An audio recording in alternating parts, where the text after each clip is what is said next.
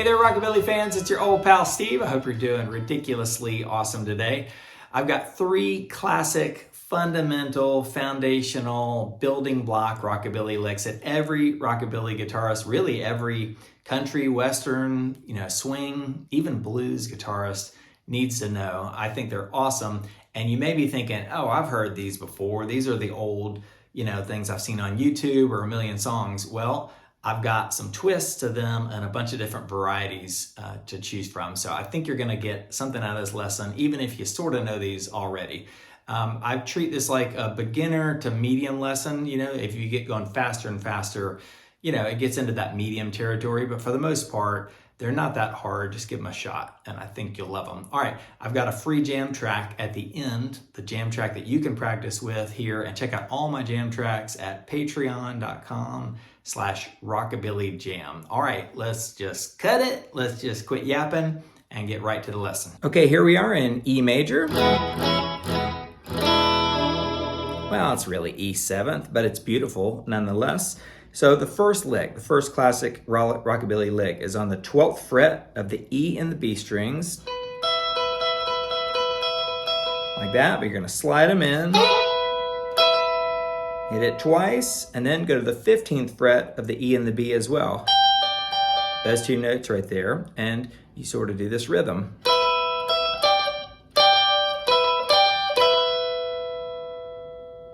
So slide it up.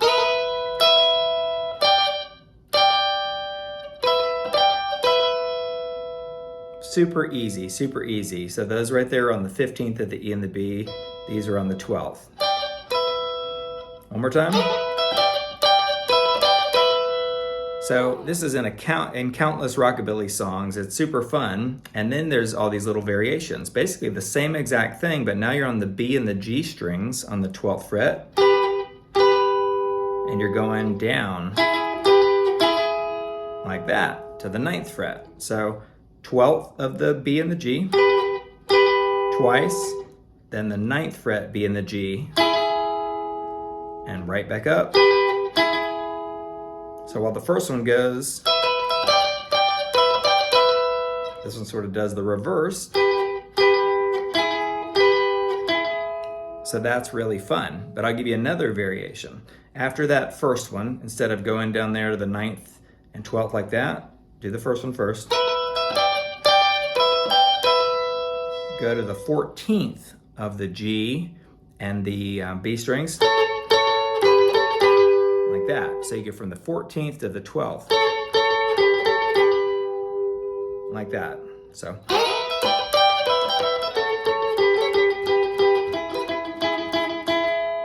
You can just sort of work your way around, keep maneuvering and keep trying different things. I'll give you one more variation too. You can also go on the D and the G strings on that 12th fret down to the 9th fret. Like that. So.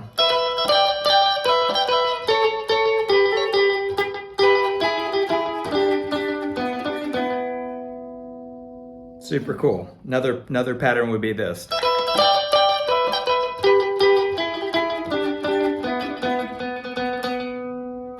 So in that one, I skipped the 14th to the 12th right there. And what's really cool about this thing is you can play it an octave down, like that. I'm just going from the open E and the B to the 3rd fret, E and the B strings right there. And again,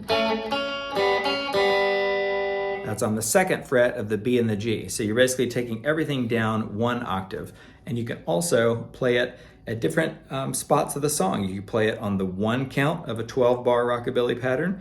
You could do it on the 8 count. You could even do it down on the turnaround when it goes like that. It sort of just sounds cool anywhere. So try that out, use it all the time, pop it in the middle of a solo and see what you think. All right, moving on, the second classic rockabilly lick that everybody's gotta know is this one. It's the staple of rockabilly, really, played all the time in different variations. It's very similar or equivalent to the blues version that goes like this. That little blues box shape, that classic thing. But in rockabilly, you could bend some strings, but for the most part,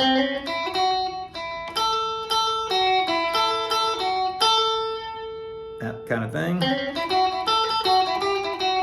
And I think I did that when I went to the A chord in that little intro jam there, going down from the E. As soon as I went to that A, like that, and so you can use it on the E, you know, the 1, you can use it on the 4, you can use it on the 5, everywhere. So some variations of it are all over the place. Another one. One more. All sorts of cool stuff. So let's try it out here. I'm on the 5th fret of the G string with the first finger, and I'm hammering onto the 6th fret of the G string. Then I move to the 5th fret of the B string, 7th fret of the B string, back to the 5th, and 5th of the E string, like that.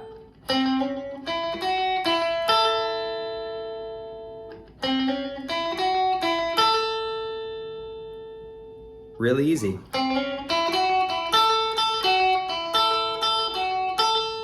For that one, I'm just going from the 5th of the E string to the 7th of the B string, back to the 5th of the E string. There's a little swing pattern, a little jump pattern. So one more time. And when you bring in that 8th fret of the B or even the E,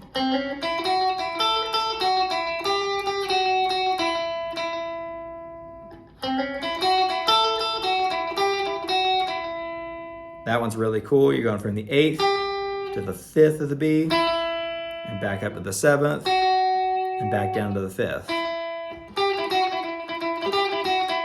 So there's a million variations right there. And what's really cool is right after that, when you go back down in the E chord, you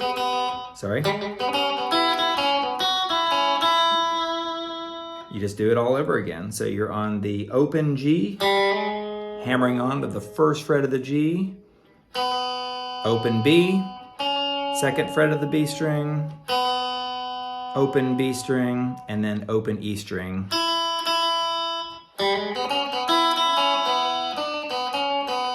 So you're doing the same little chord note patterns right there, but just in a different spot.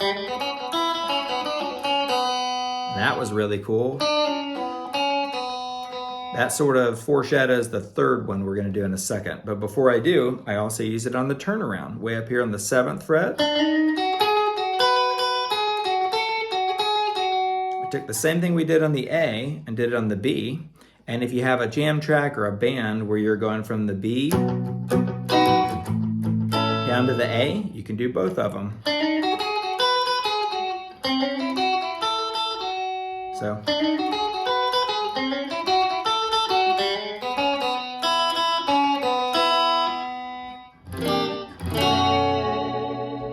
We'll talk about those chords later, but you get the picture. You can do this thing all over the place. Then you could do it on the 12th fret. And if you got a jam track in the chord of key of G, guess what? Works everywhere. You know, for that one, I'm on the 3rd fret, hammering onto the 4th of the G. That's the 3rd to the 5th fret of the B string, and up to the E string on the 3rd fret. But we were in A when we started out. Now, one little tip is don't overuse it. You know, I think it's great for every song, maybe once or twice, or you could do a full little jam, but don't do it over and over and over again, every little solo, every little part, because it reminds me of like Stevie Ray Vaughan's Texas Flood, where he just does that same note over and over again. It's a great, amazing song, but at some point I'm like, okay, I need a new lick. So that's gonna take us to the next one.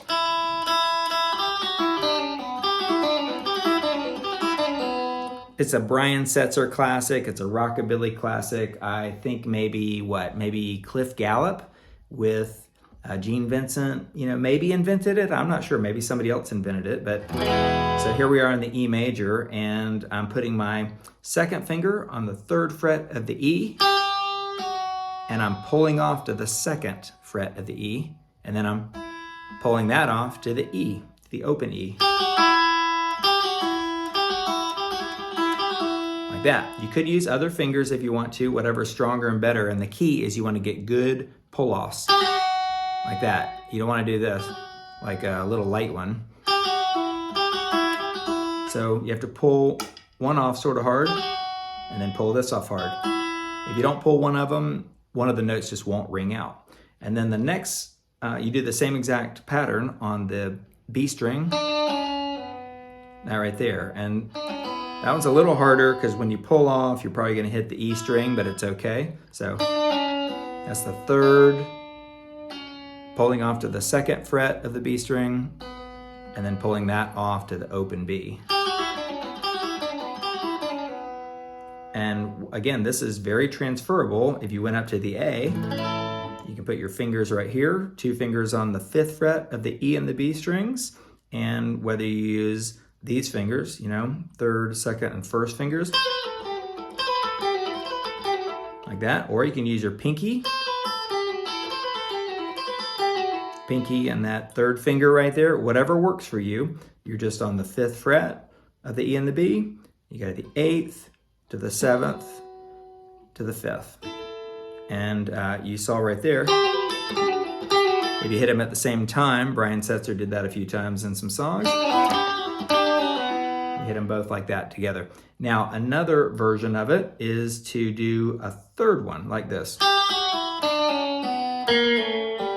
So you're on the G of the 3rd fret, to the 2nd fret, to the open G.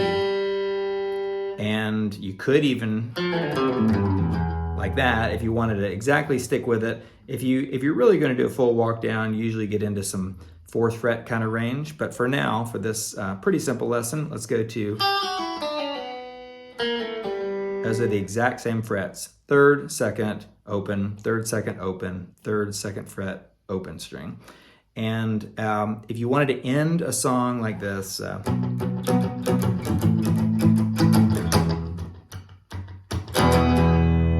with that kind of rhythm right there, when I hit that first little pop on the E string, ready? Right here, right there.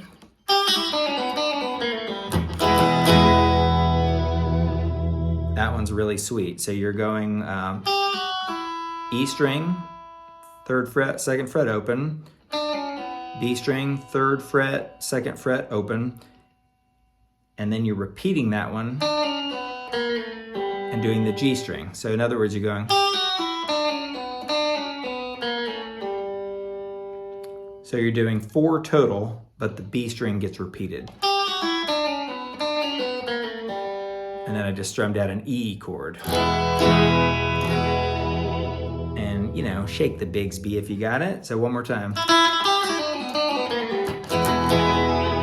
If you want to bring it up to the 12th fret, like that. So, you know, you can see right there, got to get focused, lasered in. But once you get the hang of it, it makes it sound, makes you sound faster and better than you are. And when you piece them together, you know, the whole thing, I started out going, and then I wasn't explaining every part of that solo. Just sort of hanging out there on the 9th and 11th frets. And then I go into that. That was the 2nd classic lick. And then I do the 2nd classic lick again when we go back down to the E. And then again. That's on the B. You know, that kind of chord right there. And then I do that last one. Or I could go.